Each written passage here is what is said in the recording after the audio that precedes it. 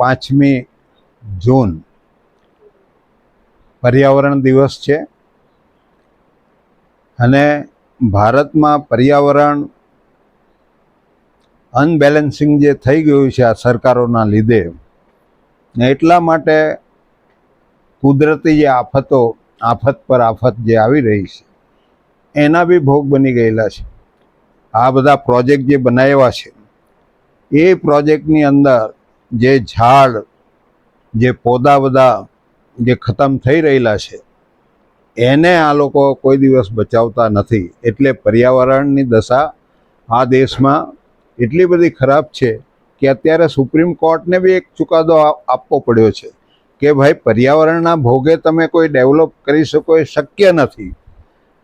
તો આ સરકારને સુપ્રીમ કોર્ટ જો કહેતી હોય તો આ સરકારને ખબર પડવી જોઈએ અને દેશના લોકોને બચાવવાની કોશિશ કરવી જોઈએ.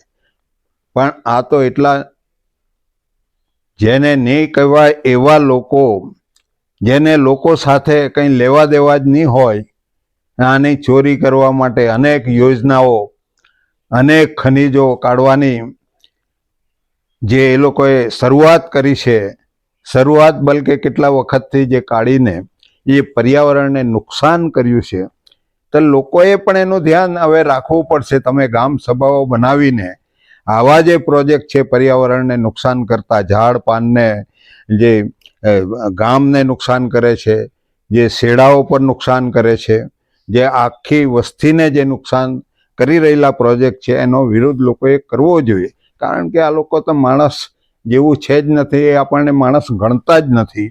એવા લોકોને હટાવવા માટે આપણે બધાએ કટિબદ્ધ થવું પડશે, તો જ આ દેશનું પર્યાવરણ બચશે. બાકી આવા જે લોકો છે જે ઉદ્યોગોને લાવીને આખા વિકાસની જે વાતો કરે અને આપણું પર્યાવરણ સાફ કર, ઓક્સિજન જ રાખવો નથી અને આ વસ્તી મરી જાય તો એ ઉદ્યોગને બધી જમીનો પધરાવી શકે એટલા માટે બનાવેલા પ્રોજેક્ટ છે. એનો બી ગામ સભાઓ બનાવીને, રૂડી ગામ સભા બનાવીને એનો વિરોધ કરવો જોઈએ. આમ તો જનરલ એરિયાની અંદર પણ સંવિધાને 11 શેડ્યુલ જે લોકોએ બનાવવો જોઈએ અને એ શેડ્યુલ પ્રમાણે એમને ગામ સભાઓનું ગઠન કરીને જે પ્રોજેક્ટ એ વિસ્તારમાં જનરલ એરિયામાં જે આવે છે એનો પણ વિરોધ કરવો જોઈએ. કારણ કે પર્યાવરણ તો આખા દેશમાં બચાવવું પડશે ને. આ એક જગ્યાએ નુકસાન કરશે, એક વિભાગમાં નુકસાન કરશે અને બીજે હશે તો પણ ચાલવાનું નથી.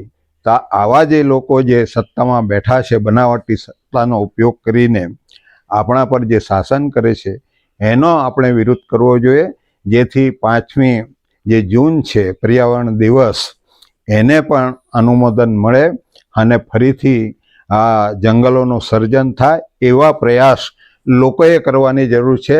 ના આ જે નિકંદન કાઢે છે ઝાડનું, વૃક્ષનું, એને અટકાવવા માટે પણ ગ્રામ્ય લેવલેથી એનો વિરોધ કરીને એની જાણકારી આપવી જોઈએ અને એના આંદોલનો કરવા જોઈએ. તો જ આ લોકો અટકવાના છે. એટલી વાત કરવા માગું છું.